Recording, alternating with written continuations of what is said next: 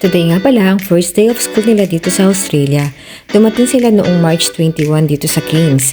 Then April 20 naman sila officially nag-start ng second term. Kaya naman late upload ito guys ha. Ito nga guys, ang hinahanda ko na yung baon nila. Dito nga pala ay nare-record sila ng mga fruits. Dahil pagdating pa lang nila sa school ay papakainin na sila ng mga fruits. Kaya naman talagang healthy living dito ang mga bata. 4 terms nga pala ang school year dito. From January hanggang December. At usually, every after term, merong 1 to 2 weeks break para makapahinga ang mga bata at makabanding ang mga family nila. Ngayon ko nga lang pala na-upload to dahil sa sobrang busy. Hindi gaya noon na nasa Qatar pa kami na madami kaming kasama at tumutulong sa pag-aalaga at pag-aasikaso ng mga bata.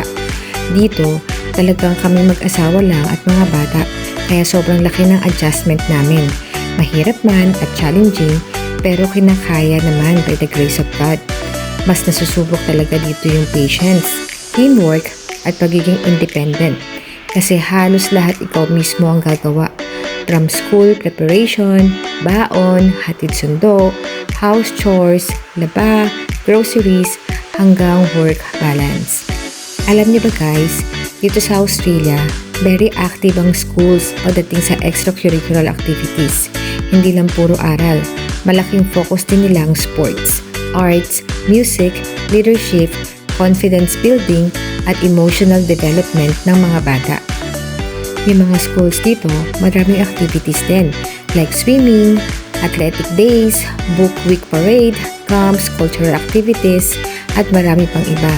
At meron din silang mga school performances na talagang nakakatulong para mas ma-develop ang confidence at social skills ng mga students.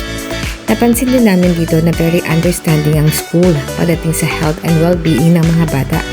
Dito, kapag may sakit ang mga anak mo at hindi makakapasok, usually need mo lang i-inform ang reception or school office. Then sila na ang bahala mag-record ng absence. Madalas, hindi agad kailangan ng medical certificate unless umabot ng ilang days ang absent ng mga bata. Talagang priority nila ang recovery at health ng students bago pumasok ulit sa school. Isa pa sa mga nagustuhan namin dito, hindi sila sobrang harsh sa mga bata. Kapag halimbawa, napagod o nakatulog ang mga students sa classroom, lalo na sa mga younger years gaya ng prep, hindi agad nila ginigising. Importante sa kanila ang growth, emotional regulation at development ng bata. Mas calm at supportive ang environment nila compared sa nakasanayan natin sa Asia na minsan sobrang strict. Dito, mas ine-encourage nila ang kids to learn comfortably and confidently. Isa rin sa napansin namin dito sa Australia, malaking bagay ang pagiging outdoors ng mga bata. Kahit bata pa, expose sila sa sports, sa park, nature trips, at swimming activities kaya parang naturally nade-develop ang confidence at independence nila. Mahilig din silang magbigay ng awards, hindi lang sa academic, kundi sa pagiging kind, respectful, responsible, at effort ng mga bata. At syempre, very multicultural din sila. Madaming student from different countries, kaya natututo rin ng mga bata maging respectful sa iba't ibang culture at nationality. Nakakatawa makita na mabilis silang mag-adjust at nagkakaroon ng bagong friends, bagong environment, bagong culture, at napakalaking adjustment nito. Pero worth it at makikita na unti-unti nag-a-adjust, natututo, at nag-e-enjoy na rin ang mga bata sa new journey nila dito sa Australia.